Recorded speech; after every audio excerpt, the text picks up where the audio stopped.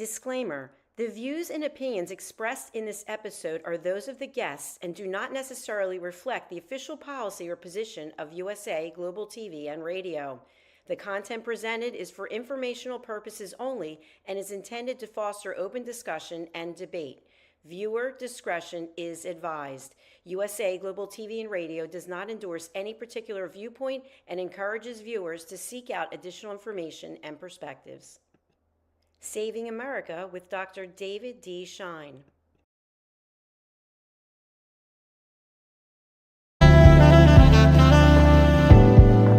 Welcome to USA Global TV and Radio, where our mission is to provide education, entertainment, hope, and inspiration. USA Global TV and Radio connects you with experts and audiences all around the world every single day to help you succeed in business and to live a richer life. Visit us at usaglobaltv.com to learn about career and life-changing training and mentoring programs like the Listening Mentor. Subscribe to our newsletter to stay informed about our special programs and offers. Discover how you can become a guest on one of our shows or a host or producer of a USA Global TV and Radio show of your very own. That's USA Global TV and Radio, where the doctor is always in.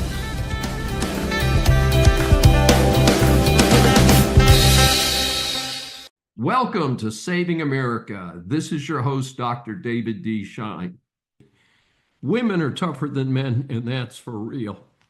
Men play football and rugby. They are usually bigger, cut down trees, and generally act all macho. In my observation, not one of them could go through childbirth a second time if they even went through that pain the first time. And yet some women do it with impunity. The modern woman breastfeeds her baby only a few weeks after the miracle birth and then walks into the boardroom, a sales meeting, appears before the cameras looking like $1 million, or into a classroom. Guys would still be laying in a hospital bed at that point. Erika Kirk, the widow of the slain conservative activist Charlie Kirk, vowed in a primetime address only 2 days after her husband was assassinated, quote, "The evildoers responsible for my husband's assassination have no idea what they have done. They killed Charlie because he preached a message of patriotism, faith, and of God's merciful love," she said.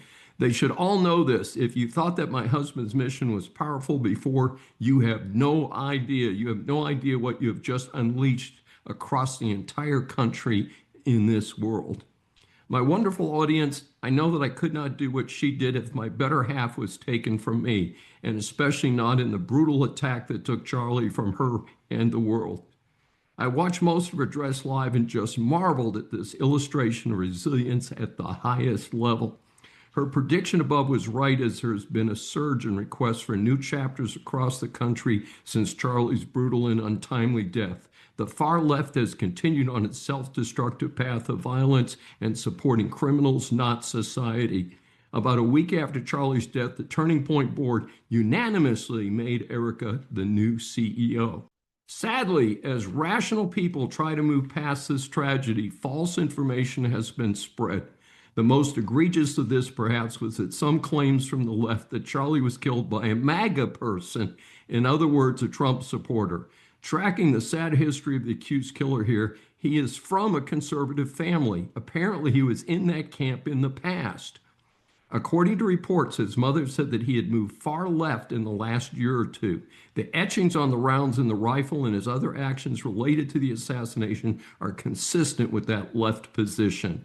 While hard to form a direct connection, the report said he was involved in a relationship with his roommate, reportedly a male transitioning to a female, may have had an impact. A statement by Jimmy Kimmel that got his show suspended was along the lines of the less false narrative above. I note that the left wants to hammer the Trump administration, FCC, for Kimmel being suddenly suspended. However, my understanding is that it was about the money. Money caused Stephen Colbert to be canceled at the end of his current season, the network itself reporting losses in the tens of millions of dollars over at CBS. My understanding is that two major broadcast companies, Nexstar and Sinclair, each holding multiple ABC station licenses, announced that they would no longer air the Kimmel Show. That makes it about money since fewer stations airing a network show means lower advertising revenues. I tried to find reports on whether the Kimmel show was profitable or not. ABC has apparently not posted that. However, a source called Late Nighter reported that 3 live host late night shows on CBS, NBC, and ABC have lost 70 to 80% of their viewership. Other data indicated that Kimmel's show had dropped like a rock in the 18 to 49-year-old demographic, apparently a target for a lot of advertisers. Regarding the censorship, having been censored from time to time on social media myself, it is something I hate. I don't think the Disney company, which owns ABC Network, considers their move censorship. They still lean left as far as I can tell. Otherwise, they would not air that miserable show, The View. They tolerate various liberal hosts on weekend so-called news shows. So money is the driver, not necessarily politics. United Kingdom in free fall. Is there hope for a turnaround? In the shadow of the pomp and circumstance of President Trump's royal reception in London, there is a real concern for the social context of this important American ally. That reportedly has confirmed its commitment to working with the U.S. on security and industry. There is no other country in the world with which we share such a closer bond. Behind the curtains, or maybe not so much behind the curtains, there are frequent reports of girls and even boys being raped, that there is little punishment for the perpetrators, that there is immigration situations starting to look like the Biden-Harris mess in the U.S. over the prior 4 years. Naturally, the official government position looked quite reasonable during the business part of Trump's visit with Prime Minister Keir Starmer. However, that cannot be reconciled with a comedian arrested at London's Heathrow Airport by 5 policemen with guns. This was reported by Graham Linham, who claimed in a Substack post that this happened to him. His offense was not murder or rape, but 3 reported jokes about trans individuals. Note that in London, police do not carry guns routinely.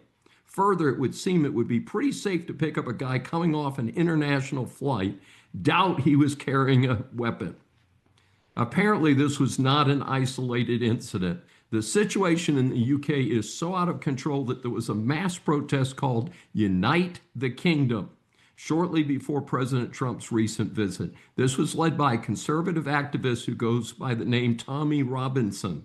Police reports are that about 110,000 protesters showed up. There was a counter-protest that reportedly drew about 5,000 people. Robinson was calling for free speech and defending British heritage and culture. Some of his supporters carried the St. George's red and white flag of England and the Union Jack, the state flag of the United Kingdom. Some also called for honoring the late Charlie Kirk. I, for one, would not feel safe visiting the UK at this time. I hope there will be a return to rationality soon. Some conservative pundits here in the US have already described UK and parts of Europe as gone, meaning that they've lost their national identity. I do believe that there will be a strong swing in the other direction, parallel to what we've seen here with the Trump administration sweeping in behind the failed Biden-Harris administration. The recent protest is just a sign of things to come. Jobs number restatement, just tip of the iceberg. By now, most have heard that the U.S. added 818,000 fewer jobs than previously thought in the period from March 2023 to March 2024. Given the sheer size and expense of our federal government, this is totally inexcusable. It is interesting since President Trump drew criticism for firing the head of the Bureau of Labor Statistics in August when there was a question about the June to July labor stats. Maybe he knew this was going to get worse. From a political view, it may indicate that the jobs numbers in the critical period of the 2024 presidential election may have been fudged to help the Biden-Harris administration not look so bad. The restatement means that the administration basically added no jobs despite Biden's mindless bragging before he dropped out of the race. The poor jobs report, paired with a tiny number reported for August, may have a silver lining in that the Fed finally dropped its key interest rate a measly quarter point. The market had already priced this drop in. Numerous pundits believe there will be 1 or 2 more quarter point drops before the end of this year. We'll have to see. The Fed's action alone is unlikely to boost the struggling U.S. housing market. Economists still claim they do not expect a recession in the U.S. this year. My concern is if the federal bureaucracy cannot be trusted on the simple labor number, what other key numbers are being distorted against the interests of the American taxpayers, paired with increasing distrust of other agencies like Health and Human Services making announcements on vaccines.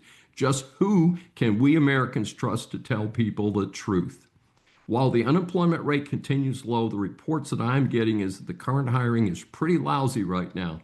If you do not have a job right now and you're job hunting, I think you just might argue that there is a recession going on. Other data indicate that recent college grads are having a really tough time in the cloudy job market, as another example.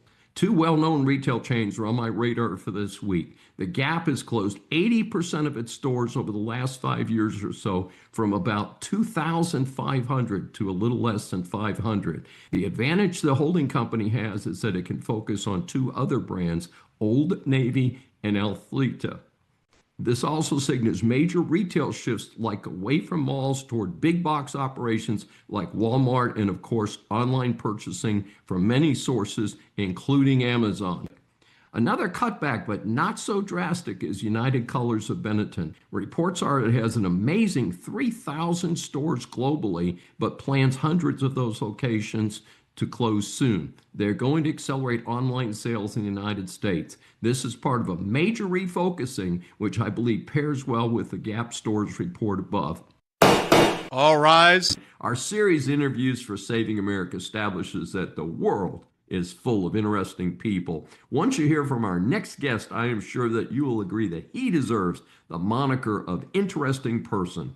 Saving America welcomes Kino Isaac, whose motto is, don't chase fame or money, chase purpose. Kino recently interviewed with me for his podcast, and I thought our Saving America audience would like to meet him. He lives in beautiful Johannesburg, South Africa. He's a musician and music producer, works with a variety of artists. Instead of focusing solely on fame or money, Kino has prior to establishing long-term relationships with independent artists and labels, providing valuable services to independent music businesses.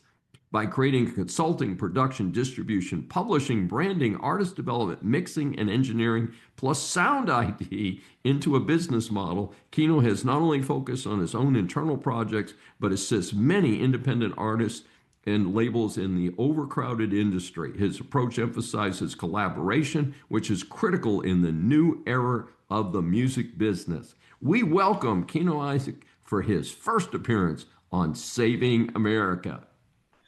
Wow, what an introduction. Thank you, David. It's a pleasure to be on Saving America, a country that I am so highly passionate about. Well, we'll look forward to your coming over to visit. As you know, I say unfortunately, I visited your beautiful country several years ago, but it was before you and I had been introduced. And I can tell you that, when I say it's beautiful in Johannesburg, I say that from personal observation. Spent several days there, and it's a great place. So let's talk about your business, however. At what point in your life did you decide to focus on the music business, and did you start as a musician? Wow. To answer that question, I got to take a quick deep dive into my own personal life growing up. Music has always played a role in my life growing up. It was one thing like I could always relate to, like it became, part of who I was. I prioritized it. Nothing else mattered to me. I was the type of guy that should go to school, and as soon as you got home, you wasn't focused on doing homework like I was on the PC, already mixing up tracks or listening to music. And that's just how my daily life was. A turning point for me where I realized, this is something I want to do for the rest of my life. Or like I really never knew it quite yet, at a young age, that I would convert something I enjoyed and a passion into a full-time career. But I walked into a music store once. Those days, we still had physical music stores. In the States, I'm sure you still get it. In South Africa, it's outdated now that we're living in the streaming era. But a popular store in South Africa was called Musica, and you should go into the store, you should pick out a CD, you had booth. You could go and you could listen, you could jam to the tunes. And I walked into the store and I was with my mother, and she offered me the opportunity to pick a CD as a gift, growing up in the CD era. Um, and I came across an artist who is well known, Eminem. And I did not know who Eminem was at the time, but something made me pick up the CD. I jumped into the booth, I listened to it, and the lyrics, the emotion behind it just hit me. And I could relate to that at that age, emotionally, what I was, and psychologically, what I was going through. And I became a fan from Eminem from that time. For the audience, it was the Marshall Mathers LP. It was released in 2000. The best investment I ever made with my life, no matter what the critics may say. I mean, my mother was skeptical about it, given the lyrics, within the music itself. But I could relate to him. I could understand, and it's that type of music, that I ended up wanting to produce in my own career when that evolved. And I also got involved with the 90s music scene. Not being familiar with it, but getting involved with Eminem, it led me to getting to know his producer at the time, who was Dr. Dre. And then I started looking into the history of Dr. Dre and Death Row Records and Suge Knight, also a lot of criticism around that. But learning about them started to educate me at a young age about how the music business actually works. Like we always see, the top of the iceberg. We see Yes. the crowds, we see the atmosphere, we see the artists, but we never know or really understand the hard work behind the scenes and what happens behind the scenes and how the business side of it actually works. That's why I say there's a huge difference between the music industry and the music business. Being in the music industry is being the DJ, being the artist, performing for the crowd out there. Being in the music business is being an entrepreneur in the music business. So at a young age, started to learn, okay, how it actually all works, the foundation of it. Of course, now in 2025, we're living in a completely different era. The industry is evolving, so it doesn't work the same anymore. But those same foundations still play a role in this day and age. So as I started to grow older, I always knew that somewhere down the line, I was going to get involved in the industry. I am a professional club DJ as well. That's how it started off for me.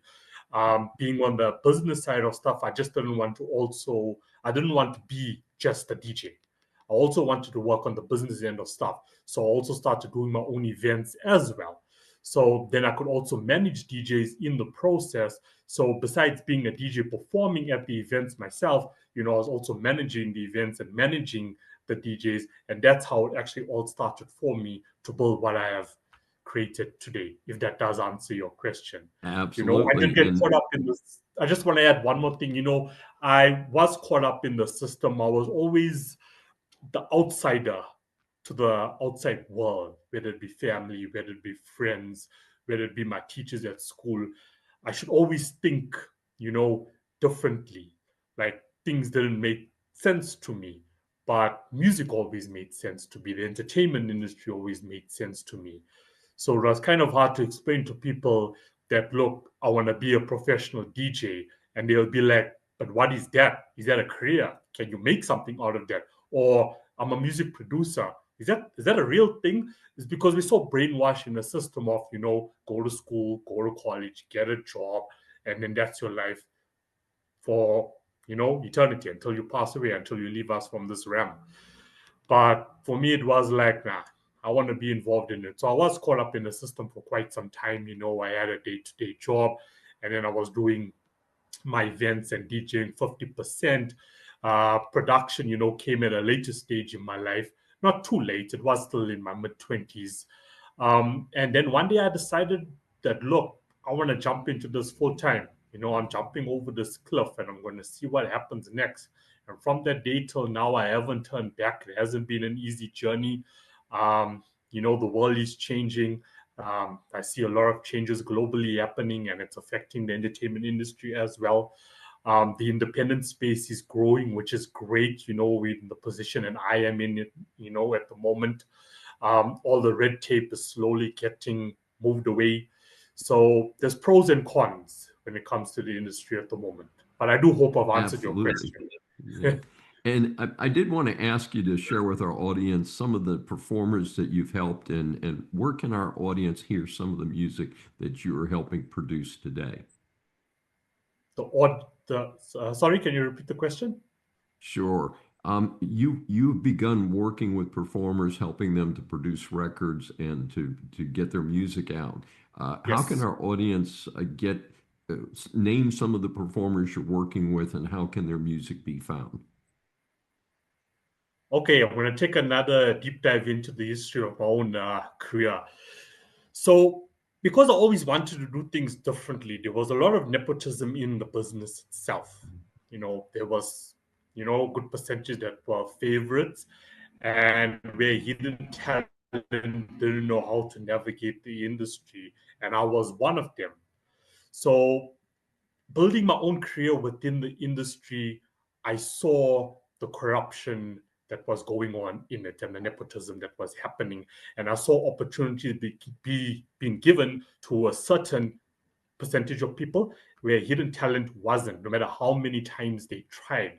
And I should always see, even locally within South Africa, um, certain people getting to global stages, and then I'm like thinking to myself, okay, but I got the same abilities and skills to also be on those same stages.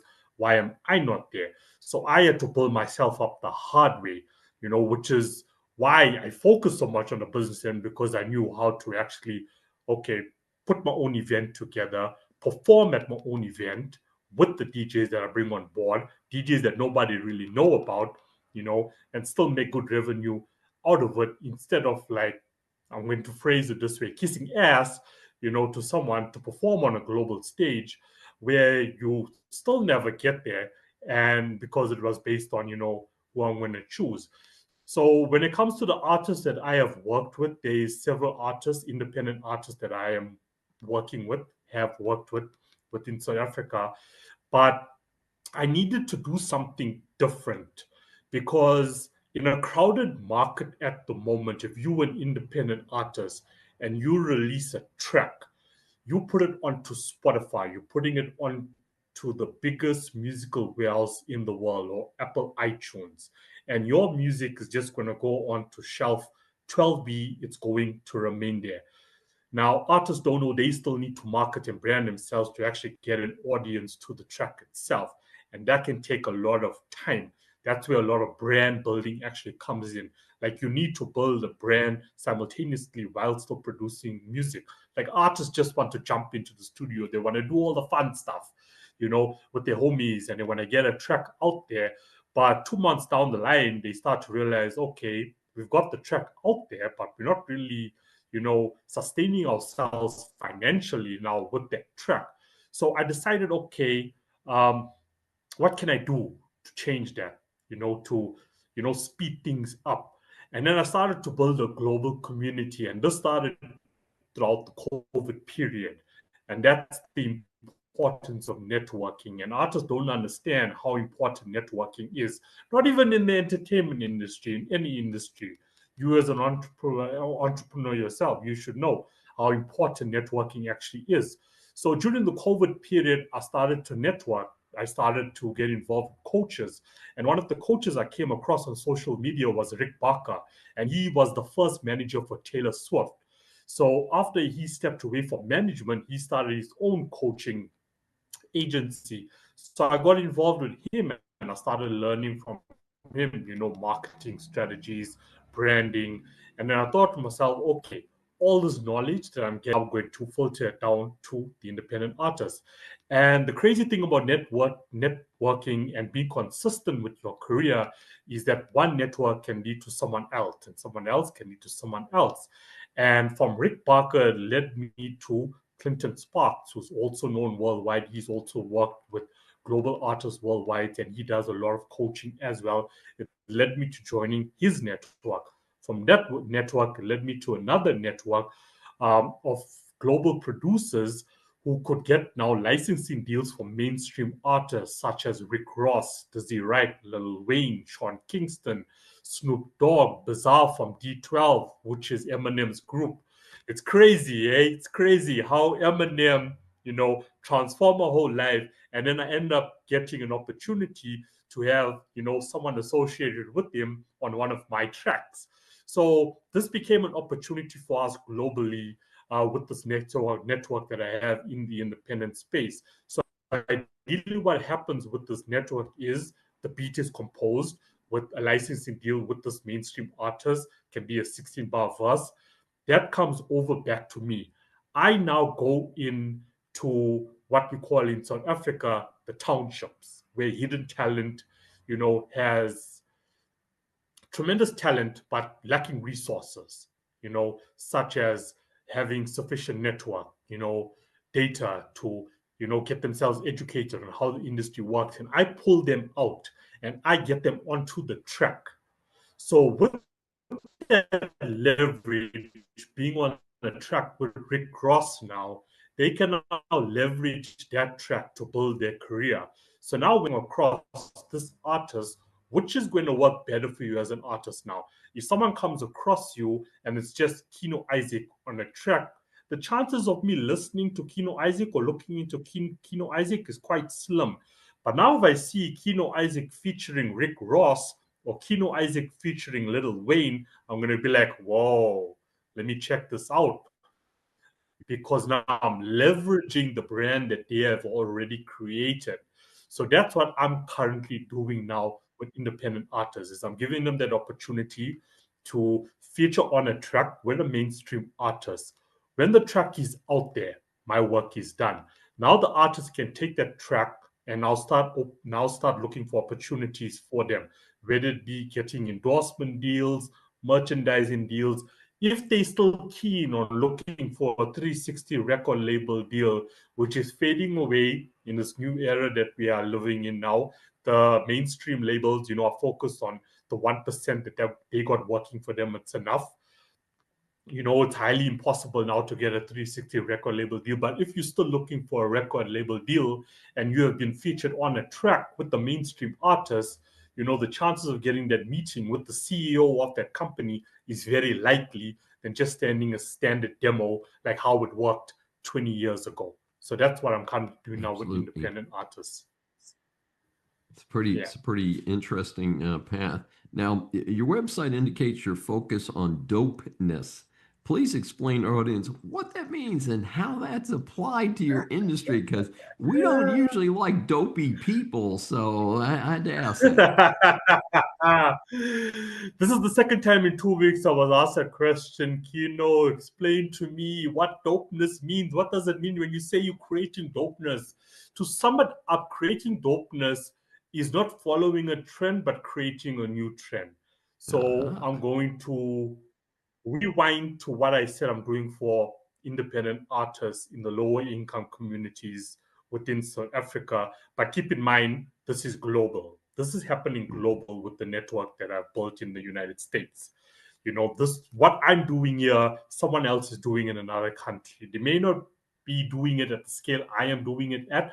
They may just be an artist and they just leverage that opportunity with licensing, a verse from a mainstream artist for their own career, where I've decided to create a consulting agency, combined with my record label to offer these opportunities to artists. So creating dopeness is creating a trend. So I take, how I'm going to answer this exactly how I answered this last week.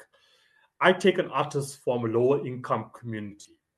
I put them on a track with Sean Kingston. That track gets released and now is played to this community. I have changed the whole mindset of that community in thinking now this is actually possible. I'm transforming culture. Now culture is thinking, right? In that present moment in time. And that's what creating dopeness is. How creating dopeness is creating something that has never been created before in a community, in a country, in the industry. That sums up creating dopeness, creating a trend, because it doesn't only change, the future for that artist. I'm not in the business of creating futures, sustainable futures for artists. But the moment that artist shines now appearing on a track with a global artist, the whole mindset of that whole community changes, as in, whoa, this was never done before. We never know this something like this could ever happen, or we could be part of the community of that artist that is actually on that track. Their whole mindset changes. Now nothing seems impossible to them. Now we can start climbing the ladder. Now we can start educating ourselves. Now we know that nothing is impossible. And that's what creating dopeness is. It's creating trends, not following trends. It's creating something that's never been done before. It sounds fascinating to me, and so glad we got a chance to revisit. So how can our audience get more information about you and all the work that you're doing? Well, when it comes to social media, my main platforms is Facebook. My creator account is Kino Isaac. Well, if you just search Kino Isaac, it's going to pop up. Instagram, the same, at Kino Isaac. Kino Isaac Consulting Agency, that page is also available on Facebook. There is the website also, Kino Isaac Consulting Agency, but it's under the umbrella of Posh Magosh Group. So to search for it, you'll actually have to poshmagoshgroup.co.za/Kino Isaac, and then you'll get to the Kino Isaac Consulting Agency page. I'm also on SoundBed. Search for Kino Isaac if you want to contact me there. You can also contact me via email, which is kino.isaac@poshmagoshgroup.co.za. Yeah, that's my main source of where you can inbox me. You can DM me like on any platform. I am on LinkedIn as well. I don't post as much on LinkedIn as much as I would like to. But when it comes to, say, a reel, for example, or something that I feel that will reach an audience on LinkedIn, I will post there. But you can also search for Kino Isaac on LinkedIn. Or you could just go on Google. Something amazing happened yesterday. So I'm in contact with an illustrator that's also based in the US. So I actually met her on one of another podcast that I co-host, which is called Talking Back to Suicide. And she's written a book, and she does a lot of poetry. She does a lot of art. Now she wants to convert all that art, those poems, illustrations, into music. So we decided to keep the conversation going, after interviewing her on Talking Back to Suicide. And she's going to be a guest on my podcast next week, Friday. But she also reached out to me to ask me if I could assist her, with transforming her art now into music, because she wants to reach, a larger audience to fight and combat mental illness. So I'm like, okay, cool. And then she sent me an email yesterday saying, Kino, I went on to Google and I searched Kino Isaac, and I was reading all this cool stuff about you and what you're doing for the community. And she was totally impressed about it, So I'm like, okay. So that's the power of building a solid brand online.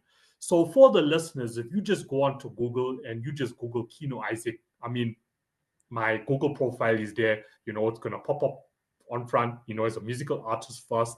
But as you continue to scroll down, you're going to come across my social media accounts, Facebook, Instagram, LinkedIn, SoundBetter. You're going to check all that out. And then you can just send me a message and you can reach out to me. Like, I am open to working with artists or anyone within the creative space. First, it was when you go onto my website, first it started off as music business consultant. Now I've changed it to creative business consultant, because as I started to, get more involved in the creative space, having the pleasure of interviewing you as an author, I realized for myself that the gap isn't too wide between the music industry and between the writing community, and also being an illustrator or a drawer or a graphics designer. So now I'm branching out where I want to work with different diverse types of creatives out there. So for an illustrator now who wants to convert their poems and illustration into musical compositions, I'm like, okay, this is another opportunity now to grow my brand and to grow the agency and to help another creative out there. So I want to work with more people, internationally. Like I mentioned on my podcast when I was interviewing you, bulk of my work has been involved in the US. And, my main message, to third world countries at the moment, me, living in one, if I could build a network overseas and meet more dope people, who are also changing trends, developing culture, you can as well. And if you want a starting point, reach out to me. Let's discuss it. One of the questions also I got asked on another interview was, what makes me different to just going on to Sound Better and hiring a music producer? So I've written a poem or I've got lyrics and now I need someone to put a beat together for me. Now you can go on to Sound Better and you can get a good producer who's going to charge you $500 to $1,000 just to put that beat together. Whereas with the Kino Isaac Consulting Agency, you're paying less than that. And not only are we going to get your music out there, as in composing the beat, but we're also going to educate you on the music business itself. So I've built a network internationally that involves psychologists, because psychology plays a huge role in developing an artist. That's the starting point. We also got entertainment attorneys. Like, I've interviewed entertainment attorneys who've come on to my podcast, and we started building a relationship where, like, look, if any one of your artists needs anything further and above than what you can provide them, I offer consulting services for free. So that's all part of the network. So you're getting all that in a combined package. But just to we're reach going to out have to to me, wrap it at that point because we have certain time limitations here. But it has been great having you visit with us, Kino. Again, it's our second time getting together. Please proceed. About 15 years ago, I was a periodic customer, but even then I could tell the Rite Aid operation was struggling. The chain, after some downsizing, emerged from bankruptcy, but has returned to bankruptcy as things appear to have continued downhill. Latest reports that it is trying to keep some of its current stores open in order to sell them. In my limited contact with Rite Aid, it never seemed to be quite up to par with Walgreens and CVS, the two giant drugstore chains. We recently reported that Walgreens had been acquired and would be going through some business changes of its own. Some local Walgreens locations have closed. Competition is tough with big retailers like Walmart, Sam's Club, and Costco. In addition, it seems that most large supermarkets also have a pharmacy operation. This is Dr. David D. Schein for Saving America. Please subscribe on your favorite platform. Objection, Your Honor. And a bit of good political news. Senate Republicans confirmed 48 Trump nominees. Finally, the long jam has been broken. Traditionally, the party that is not in power in the Senate goes along with all but the most controversial picks for appointments by the current president. Of course, Chucky Schumer has been following the current Dem playbook to hurt everyday Americans just to block everything that Trump does. Well, he was outmaneuvered this time as the GOP-controlled Senate changed the rules to get things rolling. The Dems did this to help former President Obama about a decade ago. So a simple majority, not 60 votes, is required in the Senate right now for confirmation. Silence in the court. The genetic answer to rare diseases. For over a decade, I've been predicting that science would come up with an approach that will pair specific DNA from a patient's disease with unique formula to cure that disease. We're not all the way there, but we humans are getting closer. I'm an alumnus of the University of Pennsylvania. I saw a recent report in their alumni magazine. I also saw a report from a recent Wall Street Journal article. For media purposes, I will hit some encouraging high points because there's lots of detail we don't need at the moment. The company is called GeneDx, and the company screens babies for DNA mutations that cause treatable disorders. The article describes a baby born in August 2024 with carbamoyl phosphate synthase 1 deficiency, a genetic disorder that afflicts about 1 in 1.3 million newborns. My understanding is that the result of this very rare disorder is incredible. Early death, and those who few survive rarely live very long, and it's pretty awful, generally blind, etc. However, with advances in something called gene sequencing, doctors at the Children's Hospital of Philadelphia and the University of Pennsylvania's Medical School custom designed a substitute gene that was delivered to the baby's liver. The baby is doing great a year later. This type of advance is critical since mass medications are not financially practical for rare diseases. So custom remedies like this promise a better future for many. The idea is that there would be routine DNA screening of babies. There would be soon to be routine analysis of genes to see if there are hidden diseases. So common congenital disorders such as cystic fibrosis and sickle cell disease might be cured in infancy. In fact, the reports are that GeneDx can diagnose more than 4,800 disorders caused by genetic mutations that either inherited from parents or arise spontaneously.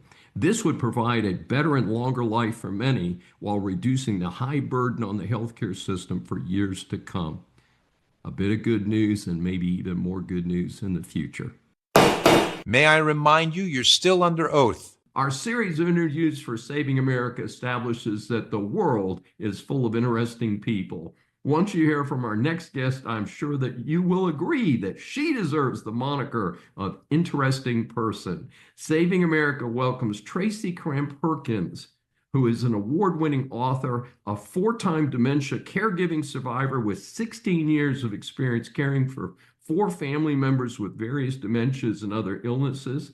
It is her mission to supply caregivers with the proven shortcuts to reduce the stresses of dementia care. Tracy teaches hands-on solutions for reducing repetitive questions, meltdowns, and wandering.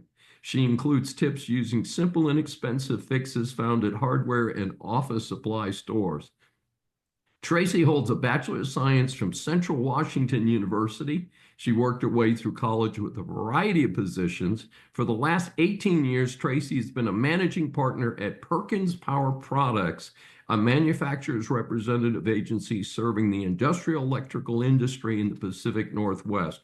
Prior to forming Perkins Power, for 11 years, she worked her way up the ranks from the laboratory administrative assistant to the regional laboratory director for Bureau Veritas, Industries and Facilities Division in Seattle, Washington. She is the author of Dementia Home Care, How to Prepare Before, During, and After, and is the host of the Dementia Home Care Show on the USA Global TV and Radio Network, one of our networks for this show, Saving America.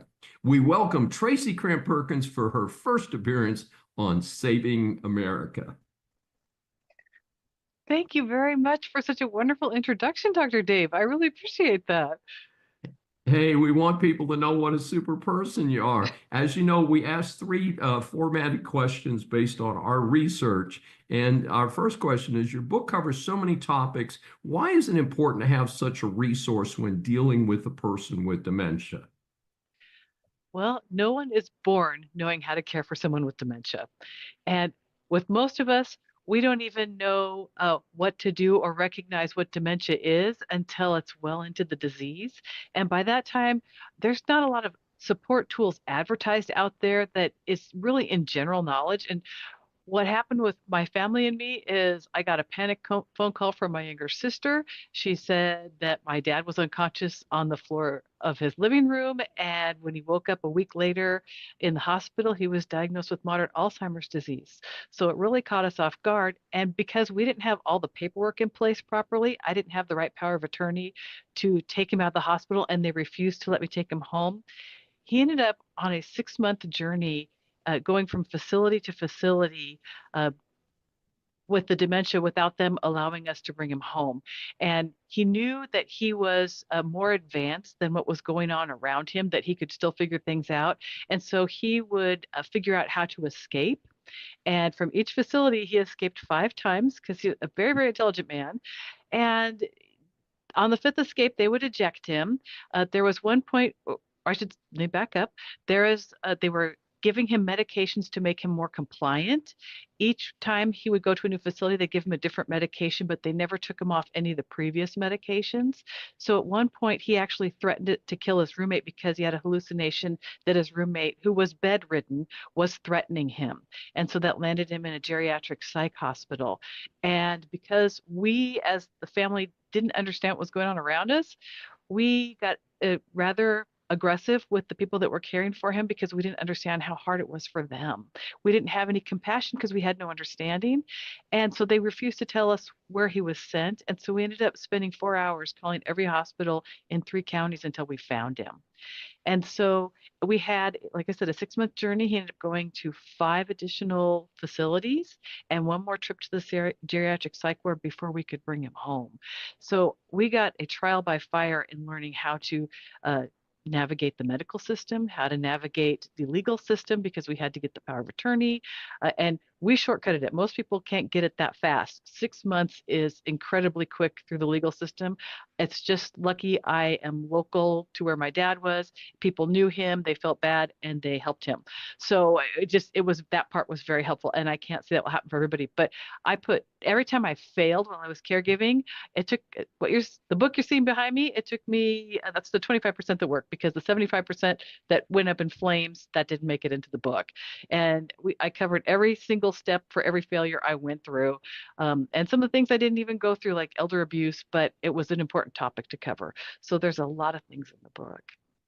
That's pretty amazing. And I assume there's a little footnote here for all of us that the time to do those power of attorneys and wills and no recourse paperwork is while you've still got all of your faculties. Yes. And the other part to that is, let's talk about fear, because fear is false evidence appearing real. And people keep putting it off thinking, oh, this will never happen to me.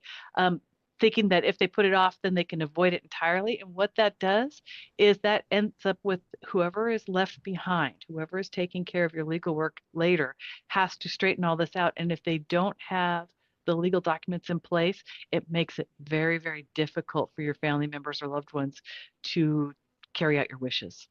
And if they don't know your wishes, they can't honor them. Absolutely. Very well said. And then our second question was, have you found that some persons with dementia simply cannot be taken care of at home and must be institutionalized?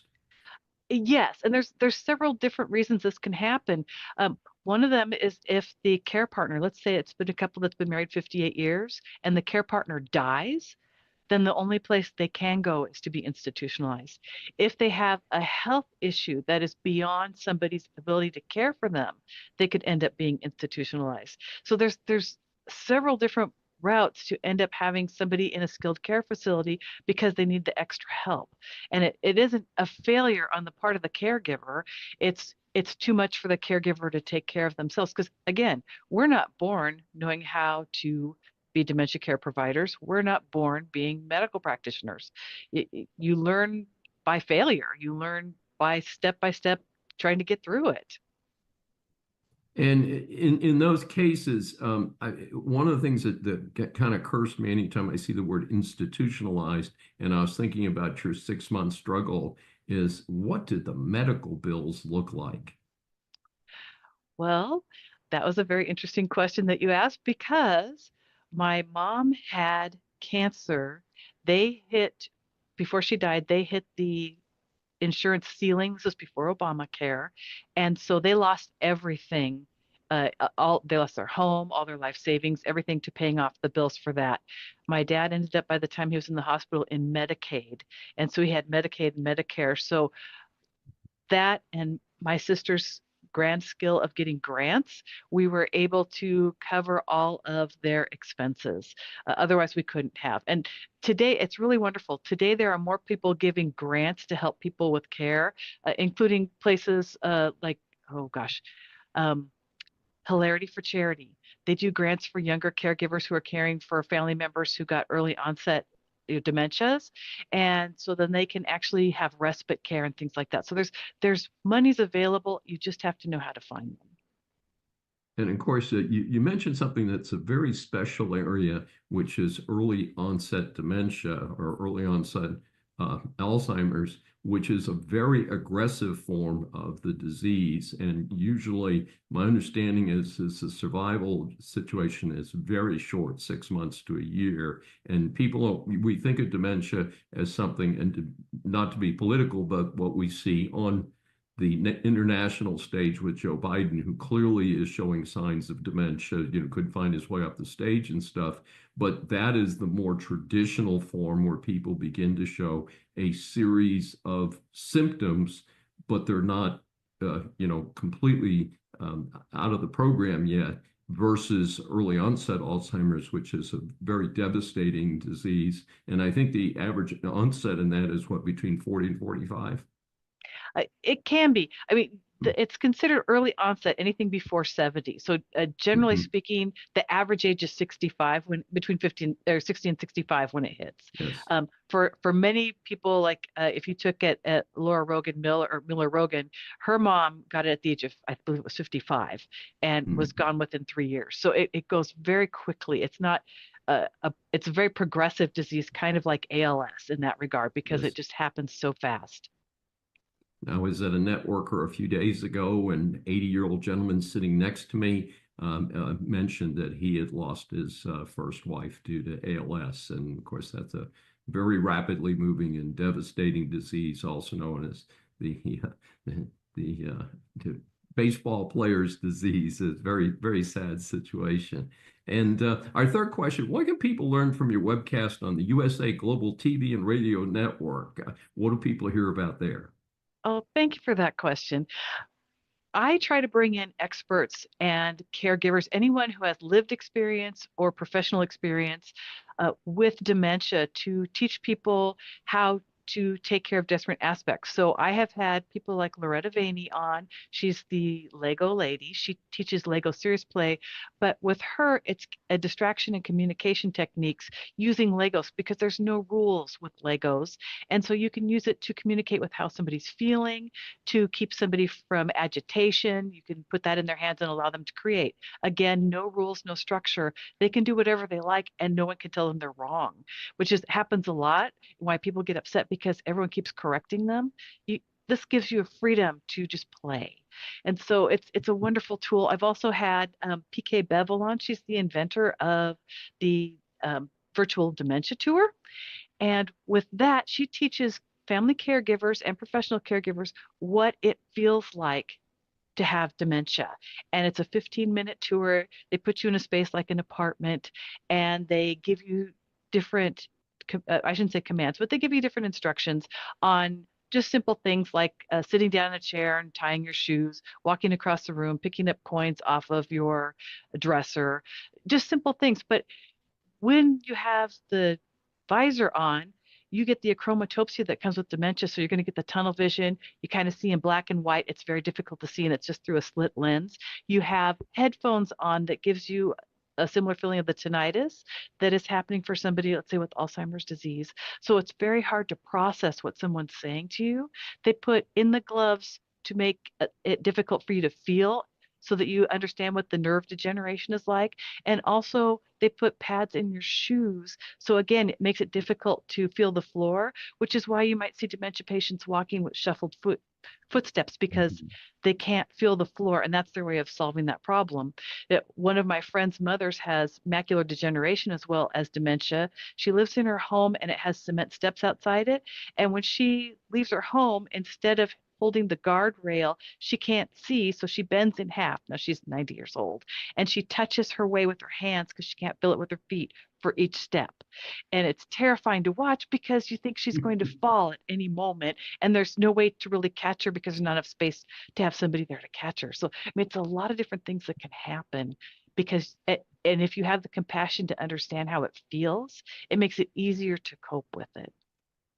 Well, that is some really fascinating information, and I think very helpful to some of the many Americans who are facing these type of challenges with loved ones, unfortunately. And as we talked about, is hardly any family is completely saved from it, and just tends to be what type of resources are available and things like that.